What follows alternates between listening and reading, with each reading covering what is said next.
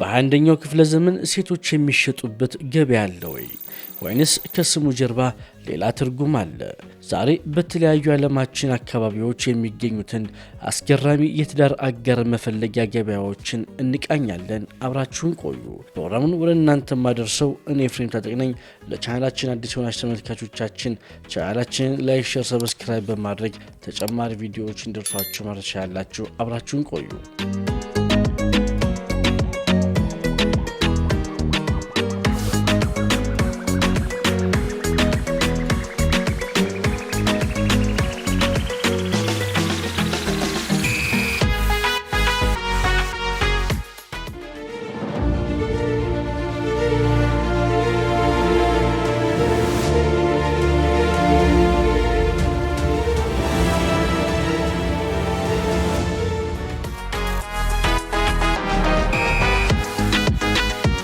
ጉዟችንን ከአውሮፓ ከቡልጋሪያ ስታራ ዛጎራ እንጀምራለን። በዓመት 4 ጊዜ ካላይዲዚ የተባሉ ማህበረሰቦች ለየት ያለ ስነ ስርዓት ያካሂዳሉ። ወጣቶች ተኳኩለው ምርጥ ልብሳቸውን ለብሰው ወደ አደባባይ ይወጣሉ። ይህ ገበያ የሙሽራ ገበያ ይባላል። ወንዶቹ የሚወዷትን ሴት ለመምረጥም ይመጣሉ። ነገር ግን ሂደቱ እንዲሁ ቀላል አይደለም። ከውበቱና ከትውውቁ በስተጀርባ የቤተሰቦች ድርድር አለ። የአንድን ሴት እጅ ለመንሳት የወንዱ ቤተሰብ ጥቁር መያዣ ወይም ጥያቄ ያቀርባል። ይህ ባህል ለዘመናት የቆየው ለምንድን ነው? ማህበረሰቡስ አሁን ካለው ዘመናዊ ዓለም ጋር እንዴት እያጣጣመው ነው?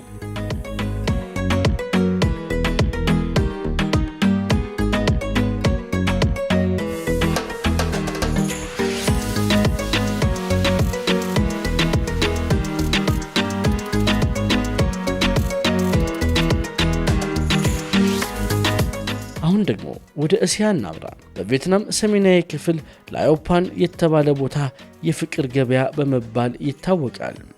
እዚህ ጋር ንግዱም የፍቅር ቀጠሮም ባንድ ላይ ይከናወናል። ወጣቶች በተራራው አካባቢ ለንግድ ይሰባሰቡና በዚያው መሃል በዘፈንና በሙዚቃ የልብ አጋሮቻቸውን ይመርጣሉ።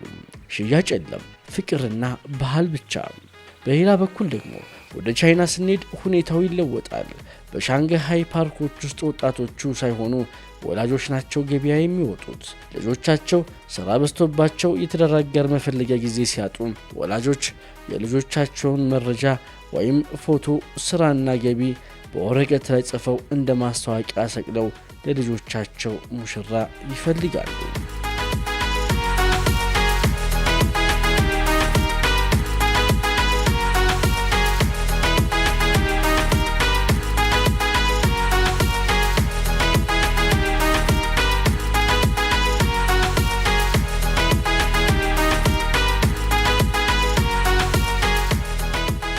ከቪየትናምና ከቻይና ስንወጣ ደግሞ እዚያው እስያ ውስጥ ወደምትገኘው ህንድ ደግሞ እናምራ። በህንድ ቢሃር ግዛት ውስጥ ሳውራት በተባለች መንደር በየዓመቱ ለ9 ቀናት የሚቆይ አንድ አስገራሚ ጉባኤ ይካሄዳል። ይህ ጉባኤ የሙሽሮች ገበያ በመባልም ይታወቃል። እዚህ ጋር ግን የሚሸጡት ሴቶች ሳይሆኑ ወንዶች ናቸው።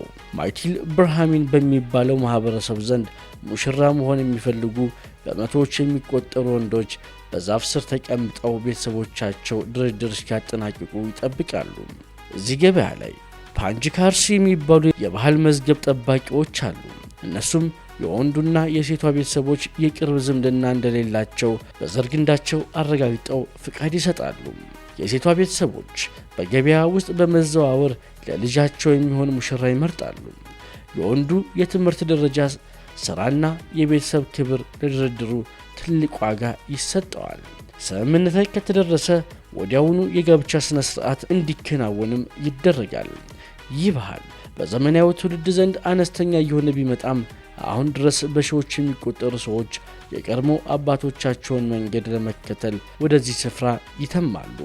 እነዚህ ገበያዎች ስማቸው መሸጫ ቢባልም የባህል መገናኛዎች ናቸው። ሆኖም ግን በዘመናዊ ዓለም ሰውን እንደ ዕቃ መሸጥ የሚለው አስተሳሰብ ትልቅ ጥያቄና ትችት ይነሳበታል። ብዙዎቹ ወጣቶች አሁን ላይ የኢንተርኔት የፍቅር ቀጠሮ መተግበሪያዎችን ወይም ዴቲንግ አፖችን መጠቀም ሲጀምሩ፣ እነዚህ ጥንታዊ ገበያዎች ደግሞ ወደ ጎብኚዎች መስህብነት እየተቀየሩ ነው።